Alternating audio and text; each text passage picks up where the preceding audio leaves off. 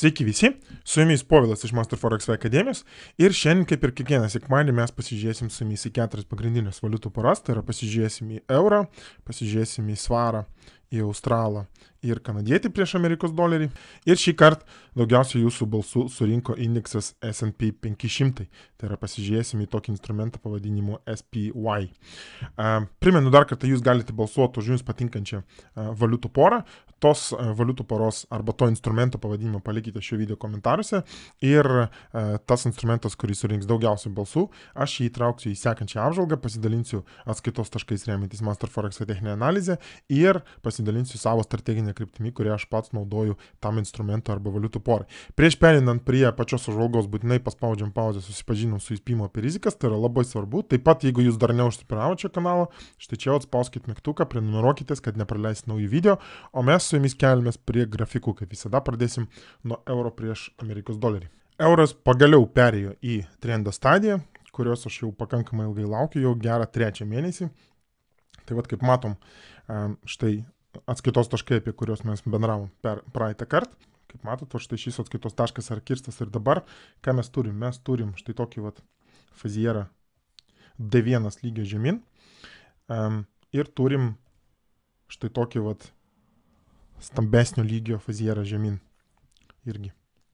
O štai šioje vietoje. Tai įvyko toksai domino principas ir dabar euras oficialiai perėjo į V1 plus D1 lygio plus 4 valandų lygio, jeigu perėti smulkesnis time frame'us trendo stadiją žemyn. Vat nuo štai šio taško, vat dabar, kai tik tai mes perėjom į tą trendo stadiją, vat nuo ateinančios savaitės aš pradedu taikyti savo trendų pritaikytą prekybos sistemą ir pradėsiu jo dirbti su šituo trendu. Žiūrėsim, kaip toli šitas trendas nueis. Dar galima pasižiūrėti V1 lygį.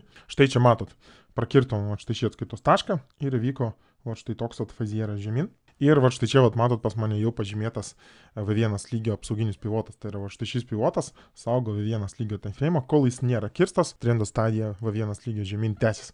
Kai tik tai kirsim, tai tada vėl sugrįšim į V1 lygio fleto stadiją, bet ten jau žiūrėsim. Vėlgi V1 lygis yra truputėlį man per aukštas. Tai yra tam, kad pasirink savo strateginę kryptį, naudoju D1 ir 4 valandų lygio time frame'us. Tai štai čia matot, štai čia tas pats fazieras žemyn, pagal kurį aš dabar savo nustatau strateginę kryptį 4 valandų lygio plus D1 lygio žemyn. Ir apsauginis pivotas, kuris saugo štai šį trendą žemyn, jisai dar kol kas tai nesusiformavo. Štai čia matot pažymėtas mūsų V1 lygio trendo stadija žemyn saugantis pivotas, o 4 valandų lygio pivoto dar nėra. Tai yra šiaip techniškai, jeigu taip kabinėtis prie MF techninės analizės, tai jisai randasi štai šioje vietoje, bet kaip matot, jisai yra per toli nuo kainos, kad aš galėčiau jį orientuotis, todėl aš orientuosiuos į kitus binarinius dėsningumus, remintis Master Forex techninę analizę. Bet, kaip sakiau, nuo pirmadienio pradedant, pradedu taikyti savo trendų pritaikytą prekybos sistemą. Ir kaip jūs žinot, mano prekybos veiksmų algoritmas susideda iš 3 stadijų, tai yra strateginė kryptis, kurią aš dabar pasirinku žemyn. Tada kiekvieną rytą prieš kiekvieną sesiją aš pasigaminu savo taktinius planus ir kai turiu užėjimų zonas, aš tada pradedu taikyti savo prekybos sistemą, kuri šiuo atveju yra trendų pritaikyta prekybos sistema. Jeigu jūs norit pamatyti, kaip visą tai vyksta realybėje ir praktikoje ir gyvai, tai kaip tik mes organizuojam masterclass'e 3 dienų tokį renginį, kur kiekvieną rytą aš gyvai prieš prekybos sesiją rodysiu, kaip aš darau, kaip gimsta mano prekybos planas sesijai, kaip jisai patenka į žurnalą ir vėliau vakare, kai jau sesija pasibaigs, mes vėl susijungsim į tokią online konferencijų salę, kurioje jūs galėsit užduoti klausimus ir mes aptarsim tada, kas vyko per sesiją ir aš tada papasakosiu, kodėl, kaip ir kokioj vietoj aš priėmiau tuo metu sprendimą ir papasakosiu, parodysiu, kaip aš dirbu. Žodžiu, visą savo darbą nuo A iki Z aš rodysiu 3 dienas iš eilės. Todėl jeigu jums tai įdomu, tai šio video aprašyme paliksiu nuorodą į štai šią formą. Registruokitės, junkitės prie mūsų, dalyvaukit ir tie, kas prisijungs, dar turėsit tokių papildomų ten dovanėlių ir taip toliau. Žodžiu, grįžtam prie euro mes. Kaip jau minėjau, kol šį trendo stadiją žemyn tęsis, tol aš taikysiu savo trendų pritaikytą prekybos sistemą. Atskaitos taškas kol kas tai nesusiformavo. Kai jisai susiformuos, mes virtualioj prekybos salėj su virtualios prekybos salės nariais laiku susiorientuosim ir pagal MF techninę analizę nustatysim, kur tie atskaitos taškai atsirado. Einam toliau, sekantį valiutų pora yra svaras prieš Amerikos dolerį. Svaro, jeigu prisiminsit praeitą apžvalgą, mes su jumis bendravom štai apie šį pivotą.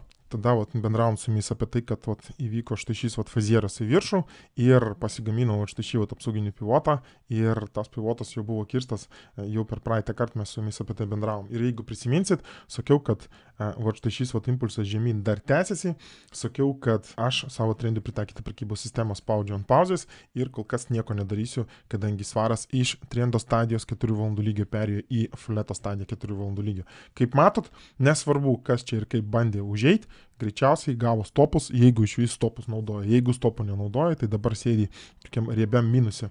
Mano sprendimas buvo, vat, kai tik tai prakirtom štai šį atskaitos tašką, štai šį pivotą, iškart stabdyti prekybą ir savo trendų pritaikytą prekybos sistemą aš sustabdžiau, atitinkamai praėjusią savaitę su svaru nieko nedariau. Ir kaip matot, sprendimas buvo visiškai teisingas, remiantis Master Forex techninę analizę.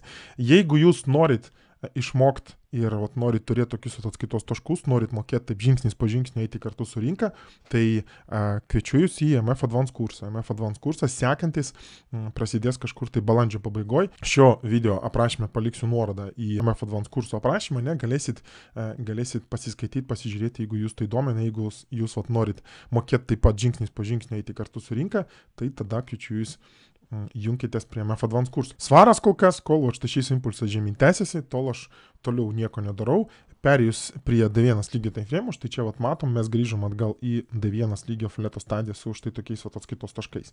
Jeigu dabar vat, nueisim, prakirsim štai šį atskaitos tašką, tai turėsim jau štai tokį vat, naują fazierą į viršų D1 lygio ir ten jau galima bus man pradėti taikyti savo trendų pritaikytą prekybos sistemą. Iš kitos pusės, žemyn, jeigu taip vat, nudardėsim ir prakirsim štai šį atskaitos tašką, tai įvyks vat, štai toks vat, jau stambesnio lygio fazieras žemyn. Bet aišku, aš nelauksiu vat, tokio judėjimo, jeigu iš esmės taip judėsim greičiausiai, o štai šis vat, impulsas pasibaigs ir anksčiau laiko man parodys apie naują fazierą žemyn, 4 valandų lygio man pakaks ir aš greičiausiai jau ten pradėsiu taikyti savo trendų pritaikytą prekybos sistemą jau vat, štai šioj zonai.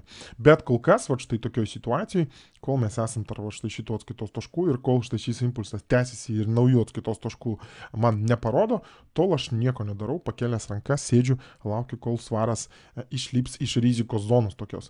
Tai yra iš vietos, kur man prekyba yra per rizikinga, aš geriau palauksiu, patupėsiu ant tvaros. Važiuojam toliau, sekanti valiutų pora yra Australas prieš Amerikos dolerį. Australo, jeigu prisiminsit praeitą apžvalgą, prisiminsit štai šitos vat, 2 atskaitos taškus, kuriuos žymėjom. Ir kaip matom dabar vat, savaitės bėgėje, praėjusios savaitės bėgėje štai šis atskaitos taškas buvo kirsta, tai yra mes perėjom į 4 valandų lygio trendo stadiją žemyn. Aš žinau virtualiai prekybos saliai, kaip minimum keli žmonės su šito trendo žemyn visai neblogai suvaikščiojo, tai aš tikrai džiaugiuosi už juos, bet mes su jumis pasižiūrim, kas čia dabar vyksta. Taigi trendo stadija dabar yra 4 valandų lygio oficialiai žemyn, ne, remiantis štai šituo fazieru žemyn. Ir kaip matot, štai čia, vat, kai tik tai mes skirtom, štai šį atskaitos tašką aš buvau pasižymėjęs savo apsauginį pivotą, kuris saugojo tuo momentu štai šį trendą žemyn. Ir dabar šis apsauginis pivotas persikėlė vat, štai šią vietą. Ir tuo mes pasižiūrėsim, ar jisai yra kirstas. Tie, kas supranta, kaip surandami pivotai, tie, kas suprantame techninę analizę, kas praėjo MF Advance kursą, jie galės pasitikslinti, patikrinti mane, ar tikrai aš pivotą teisingai vietoj pažymėjau. Bet jeigu vat, jūs perėsite smulkesnius timeframe'us ir patikrinsit, tai apsauginis pivotas ten per pusę pipso yra kirstas. Taigi, va štai šis trendas žemyn dabar jau sustojo. Taigi, labai greitai mes taip perėjom į trendo stadiją ir iškart kirtom apsauginį pivotą ir vėl sustojom. Taigi dabar štai šis impulsas, tai yra atskiras impulsas, sugrįžkim prie 4 valandų lygio timeframe'o. Va štai šitam trende žemyn aš daugiau prekiauti nebegaliu. Štai šis impulsas yra atskiras impulsas, aišku, reikėtų dar palaukti, kol jis pasibaigs, bet naujas atskaitos taškas yra štai čia. Tai yra, jeigu mes pirmadienį arba antradienį nueisim, prakirsim šį atskaitos tašką, tada atsinaujins jau su stambesniu lygiu, banginiu lygiu, ne, atsinaujins trendo stadiją žemyn, aš tada galėsiu pradėti taikyti savo trendų pritaikytą prekybos sistemą. Ir jeigu eisim taip žemyn, tai savame suprantama, sustos štai šis impulsas, pasibaigs ir tada aš turėsiu naują atskaitos tašką į viršų. Bet kol kas, kol mes esame tokio situacijai, kai kirstas apsauginis pivotas, štai šita banga pasibaigus, mes grįžom dabar, čia tokia labai jautri vieta, grįžom atgal iš trendo stadijos 4 valandų į fleto stadiją 4 valandų. Aš tokioj vietoj pagal savo prekybos veiksmų algoritmą neturiu teisės atidarinėti sandorių, neturiu teisės iš vis nieko daryti, neturiu teisės taikyti savo trendų pritaikytos prekybos sistemos. Esu priverstas laukti, kol Australas grįš atgal į trendo stadiją. Žiūrėsim, kas iš to gausis, žiūrėsim, ką Australas darys, bet kol kas važiuojam toliau prie kanadiečių. Kanadietį, jeigu prisiminsit praeitą apžvalgą, prisiminsit, mes su jumis štai šioje vietoje buvom ir tuo momentu aš minėjau apie štai šį atskaitos tašką ir sakiau, kad kai tik tai mes įkirsim, tai pereisim į trendo stadiją jau D1 lygio. Tai yra štai čia įvyko fazieras D1 lygio. Tie, kas yra prisijungę prie virtualios prekybos salės, jie žino, mato, aš pasakojau, kokiose vietose užeinu kaip ir kas. Štai čia netgi matosi, čia biškiai užsilikę nuo mano pasakojimų. Tai ką mes turim dabar? Šiam trendė man visai neblogai pavyko užsidirbti ir savaitės bėgė, kol šis trendas į viršų vystėsi, tol iškart susiformavo ir apsauginis pivotas štai šitoje vietoje. Aš perėsiu prie H1 lygio, kadangi iš čia geriau mato, štai čia tas pats D1 lygio fazieras į viršų, tas pats ta pati trendo stadija į viršų, kurioje man pavyko padirbėti, ne? Ir štai apsauginis pivotas, kuris jau susiformavo ir kaip matot, jau yra kirstas. Taigi kirtų štai šį apsauginį pivotą pasibaigė visa štai šita banga. Tai yra trendo stadija 4 valandų lygio, perėjo atgal į fleto stadiją 4 valandų lygio, būtent štai šiuo momentu. Ir dabar, kadangi mes esam fleto stadijoje, aš vėlgi nieko negaliu daryti, turiu du atskaitos taškus. Pirmas yra štai čia, jeigu mes taip nueisim, prakirsim štai šį atskaitos tašką, tai tada jau su nauja jėga pratesim į viršų ir ten aš jau žiūrėsiu, kur atsiranda kokie nauji atskaitos taškai ir žiūrėsiu, ar man iš vis pavyks ten taikyti savo prekybos veiksmų algoritmą ir trendui pritaikytą prekybos sistemą. Bet šiam momentui štai šis atskaitos taškas yra man svarbus, iš kitos pusės štai šis atskaitos taškas. Tai yra, jeigu mes dabar jį prakirsim, tai čia jau įvyks toks klastingas, sakyčiau, H1 lygio kol kas tai fazieras žemyn, kurio man per mažai. Tai yra, man reikėtų palaukti, kol kaip minimum 4 valandų lygio impulsas žemyn susiformuos ir tada nauja B banga ir tada naujas fazieras žemyn susiformuos, jeigu iš vis jisai bus, jeigu mes nepratesim į viršų.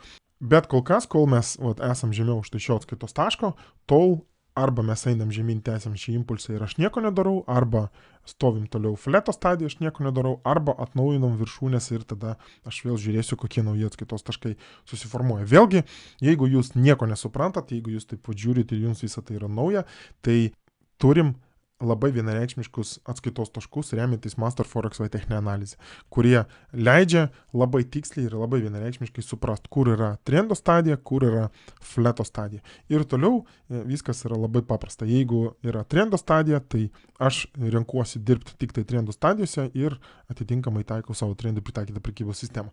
Tie, kas renkasi dirbti ir fleto stadijose, tai jie dar turi savo pasigaminę fletui pritaikytas prekybos sistemas ir jiems tik tai reikia atidžiai stebėti ir fiksuoti faktą, kokioje vietoje mes dabar randamės trendo stadijoje ar fleto stadijoje ir taikyti atitinkamą trendui pritaikytą arba fletui pritaikytą prekybos sistemą. Jeigu jūs norit irgi turėti tokį prekybos veiksmų algoritmą ir norit taip žingsnis po žingsnio suprast ir mokėti suprast kiekvieną rinkos žingsnį, tai tada kviečiu jūs į MF Advance kursą. Per 3 mėnesius išmoksit ir mokėsit lygiai taip pat. Važiuojam toliau. Sekantis mūsų instrumentas yra S&P indeksas jūsų pasirinktas.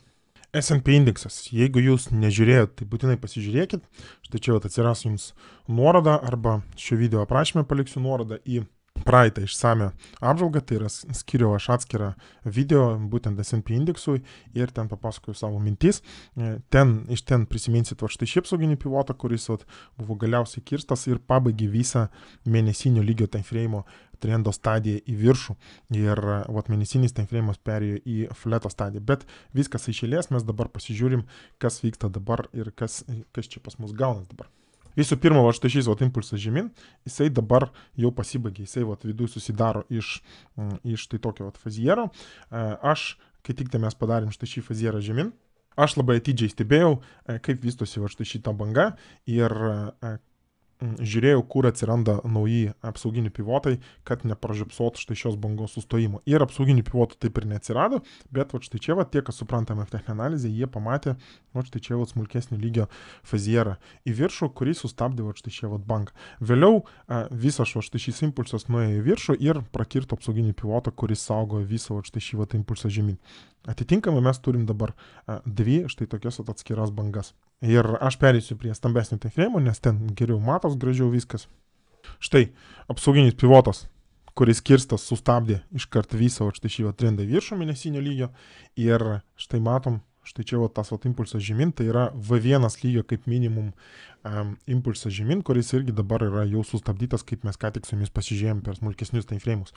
Tai dabar aš turiu du štai tokius atskaitos taškus, kur jeigu mes nueisim, prakirsim štai šį atskaitos tašką, tai tada mes tiesiog pratesim mūsų V1 lygio arba netgi mėnesinio lygio trendo stadiją į viršų, ten atsiras nauji atskaitos taškai ir ten jau galėsiu aš per naują orientuotis ir žiūrėti, kas štai šitoje bangoje viršų daros.